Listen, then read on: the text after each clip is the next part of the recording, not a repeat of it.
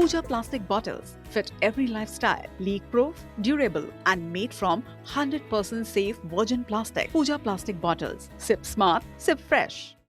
तो प्रधानमंत्री ने लोगों से पेट्रोल और डीजल की खपत कम करने की अपील की है, पब्लिक ट्रांसपोर्ट को अपनाने की अपील की है, अनावश्यक विदेशी यात्राओं से बचने की अपील की है। लेकिन इसे लेकर अलग अलग तस्वीरें भी देखने को मिल रही हैं। ये तस्वीरें आपको दिखाते हैं और उसके बाद कई तरह के सवाल भी खड़े होंगे। पहली तस्वीर भोपाल से है, जहां पर बीजेपी नेताओं पर पीएम मोदी की अपील का असर देखने को मिला।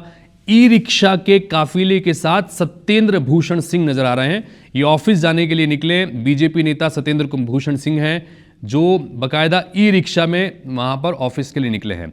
एमपी लघु उद्योग निगम के अध्यक्ष हैं सत्येंद्र भूषण सिंह। और दूसरी तस्वीर भी भोपाल से ही है। पीएम मोदी की यहां पर अपील जो थी, उस अपील को ये भूल गए हैं और ये बीजेपी के नेता हैं सौभाग्य सिंह। बड़े काफिले के साथ पदभार ग्रहण करने के लिए निकले और बताया जा रहा है कि काफिले में 500 से ज्यादा गाड़ियां शामिल थी। उज्जैन से भोपाल तक इनका जोरदार स्वागत किया गया। पाठ्य पुस्तक निगम का अध्यक्ष सौभाग्य सिंह को बनाया गया है, इसलिए अपने आप को यह सौभाग्यशाली मानते हैं कि पाठ्य पुस्तक निगम का अध्यक्ष इनको बनाया गया।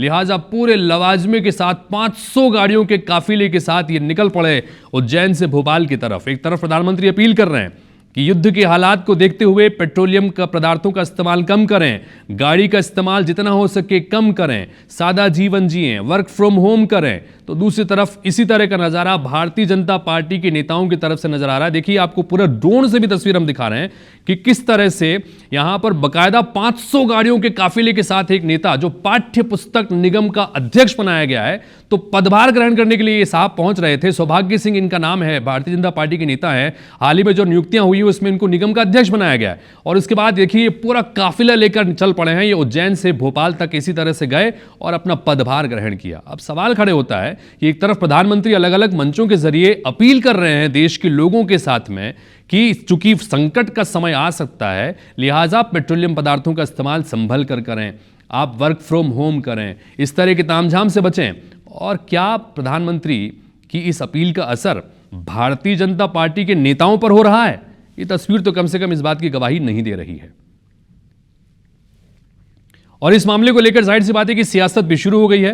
आइए जानते हैं कि नेताओं का इस पूरे मसले पर जब हमने पूछा कि एक तरफ अपील हो रही है, एक तरफ ये तस्वीर आ रही है, तो उनका क्या कहना है, सुनिए जरा।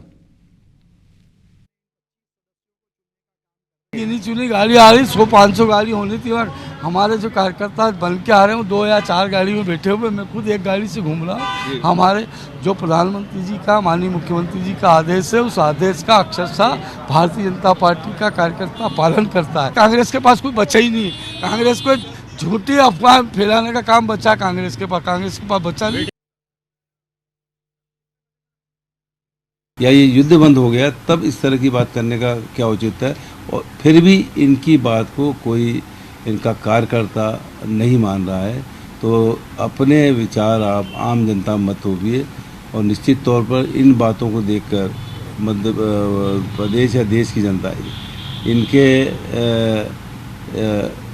इनको आगे आने वाले समय में सबक सिखाएगी। तो प्रधानमंत्री नरेंद्र मोदी ने वैश्विक हालातों को देखते हुए देश हित में, लोगों के हित में लोगों से अपील की है कि पेट्रोल की बचत करें। आगे आने वाला समय मुश्किल भरा हो सकता है। अब ऐसे में अगर अपील प्रधानमंत्री की तरफ से हो रही है, तो खुद उनकी ही पार्टी के नेता उस अपील पर अमल क्यों नहीं कर रहे हैं, ये बड़ा सवाल। नेताओं को, मंत्रियों को क्या अपनी तरफ से ही अपने काफिले को कम करके या इस तरह की बचत करके एक नज़ीर पेश नहीं करनी चाहिए?